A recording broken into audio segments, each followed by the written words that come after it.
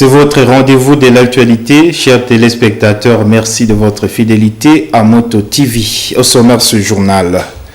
Les chauffeurs qui empruntent la route Butembo-Kasindi en passant par Karuruma ont décidé de passer par Beni pour éviter de tomber dans des embuscades. Décision prise après une semaine de grève sèche décrétée par ces conducteurs des véhicules. Ils demandent au gouvernement de sécuriser ces tronçons. Mesdames et messieurs, installez-vous confortablement pour l'intégralité de ce journal. Vous êtes bien installés pour suivre ce journal, mesdames et messieurs. En voici l'intégralité. Les chauffeurs qui empruntent la route Butembo-Kasindi, à Karuruma, transportant des personnes et des biens, ont décidé de passer désormais par l'axe Beni pour éviter des attaques des terroristes EDF. Ils ont pris cette décision au bout d'une grève sèche d'une semaine pour demander aux autorités de sécuriser les axes routiers qui ouvrent la ville de Butembo à la cité transfrontalière de Kasindi-Lubiria. Les chauffeurs qui mènent le trafic entre Butembo et Kasindi demandent au gouvernement de réaliser sa promesse de mettre fin à l'activisme de groupes armés et terroristes dans ce tronçon. Nous suivons ce reportage de Delphin Mupanda et Mwanam Penzi Manzekele. Ici, c'est l'Agence Association Congolaise pour le Développement et la Communication, ACDC. Elle intervient dans le transport Butembo-Kasindi. Depuis ce lundi 8 mai 2023, les chauffeurs des voitures de cette agence ont décidé d'aller à Kasindi via Beni. Muhindo Joseph, le vice-président de cette agence, donne des réseaux de sécurité. Nos sonnettes d'alarme, nous les projetons aux autorités, mais on se demande si vraiment ils nous écoutent. De la part du gouvernement, nous n'avons jamais eu une réponse qui nous satisfait. C'est pour cela que nous lançons un message au gouvernement de nous sécuriser et de sécuriser nos biens et nos voitures. Ce jeudi 11 mai, Kassere Kamboli, chauffeur, revient de Kasindi. Il se plaît que la consommation a augmenté vu la longueur du trajet. Rien à faire, on ne s'attend plus avec les clients à cause du prix. Vraiment, on n'a pas et mot à dire devant les clients. C'est le mardi 2 mai 2023 qu'une voiture de cette agence a été incendiée à Karuruma, ciblée par des bandits. C'est la troisième voiture incendiée depuis le début de cette année dans les mêmes tronçons.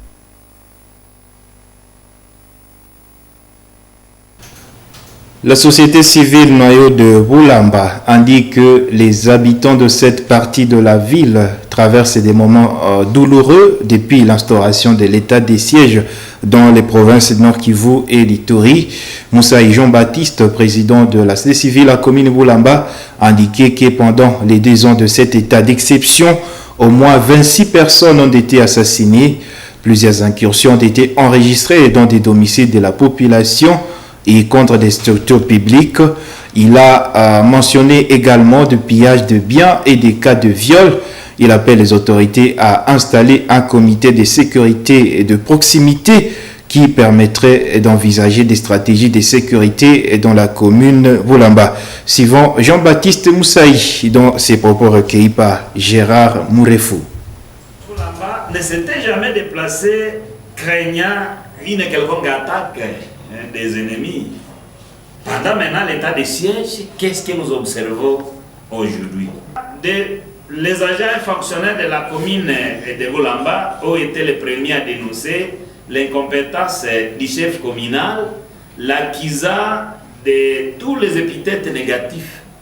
Et sur l'aspect développemental, aucun projet d'impact communautaire n'a été réalisé dans cette commune, excepté les pauvres aidés à pleine construction avec les concours de plusieurs services. S'agissant de l'aspect sécuritaire, là, n'en parlons pas, n'en parlons plus. Le taux de criminalité très élevé, dont 26 personnes tuées par balle. Il y a 11 cas de viol sur les femmes, environ 50 cas d'extorsion et ou pillage des billets de paisibles populations par certaines personnes ou certains agents ou éléments de forces de sécurité. Et cette situation s'est aggravée, a occasionné des déplacements de populations vers d'autres cellules supposées sécurisées. Qui plus, S'agissant de l'aspect judiciaire à commune Boulamba, les arrestations et les détentions sont transformées en instruments de terreur et d'intimidation en vue d'amener les inculpés à libérer argent. En fait, les interpellations et ou arrestations de paisibles citoyens pendant les opérations de bouclage et perquisitions exécutées le mois dernier dans la commune de Bolamba ont réussi à déposséder à plusieurs innocents de l'argent. La société civile de Bolamba recommande ce qui suit. À l'autorité locale, là on s'adresse directement à celui qui a habilité, d'activer les comités locaux de sécurité de proximité afin de permettre à toutes les couches sociales de la commune de réfléchir sur leur propre sécurité. Le gouvernement de la province de Nord Kivu présente ses condoléances aux victimes de la catastrophe naturelle survenue la nuit de mardi 9 au mercredi 10 mai 2023 à Katolo-Lac et Boubei-Lac en territoire de Lubero. Il s'agit en effet d'un éboulement de terre qui a été causé par une forte pluie et a fait 10 morts en chefferie de Vassois en territoire de Lubero. Suivez ce message de réconfort lu par le porte-parole du gouvernement provincial du Nord Kivu. Communiqué de presse. Son Excellence, Monsieur le gouverneur du Nord Kivu, le lieutenant général Constant Ndima Komba, porte à la connaissance de la population de sa juridiction que, une fois de plus, la nature n'a pas du tout été clémente à l'endroit de notre province. En effet, dans la nuit du mardi 9 au mercredi 10 mai 2023, une forte pluie a entraîné un éboulement de terre à Katolo-Lac et Boubei-Lac, chefferie des Bassois, en territoire de Lubero. Cette catastrophe naturelle a causé comme bilan la mort de 10 de nos compatriotes, dont 7 d'une même famille, plus de 5 maisons englouties et des champs dévastés. Une fois informé de la situation, le gouvernement militaire a envoyé une délégation conduite par l'administrateur du territoire de Lubero avec un message de réconfort, de compassion et de soutien à l'organisation des obsèques de nos compatriotes. Pour ce faire, l'autorité provinciale présente ses sincères condoléances aux familles des illustres disparus et sa compassion avec la population du Nord Kivu en général et plus particulièrement celle du territoire de Lubero. Fête à Goma, 11 mai 2023.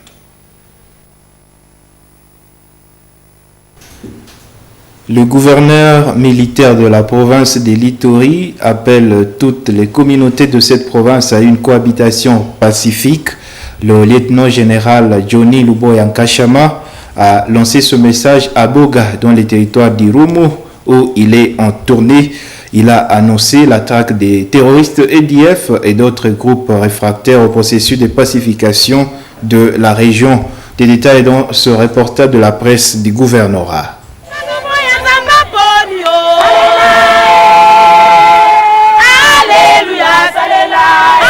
Dans le cadre de l'évaluation de la situation sécuritaire en vue de renforcer la capacité opérationnelle des unités engagées au front, le gouverneur militaire, le lieutenant-général Luboya-Nkashama Johnny, est en mission d'itinérance en territoire d'Irumu, Geti et Boga. Dans le site d'Irumu, on constitue la première étape de cette mission. Partout où il est passé, le lieutenant-général Luboya-Nkashama Johnny a prêché la cohabitation pacifique et la réconciliation véritable et sincère de toutes les communautés de l'Ituri, l'une des solutions pour un retour de la paix dans cette partie du pays. Aux groupes armés locaux qui ne vont pas se conformer au programme de désarmement et de mobilisation, le commandant des opérations militaires n'est pas allé par le dos de la cuillère. Ils subiront la rigueur de la loi.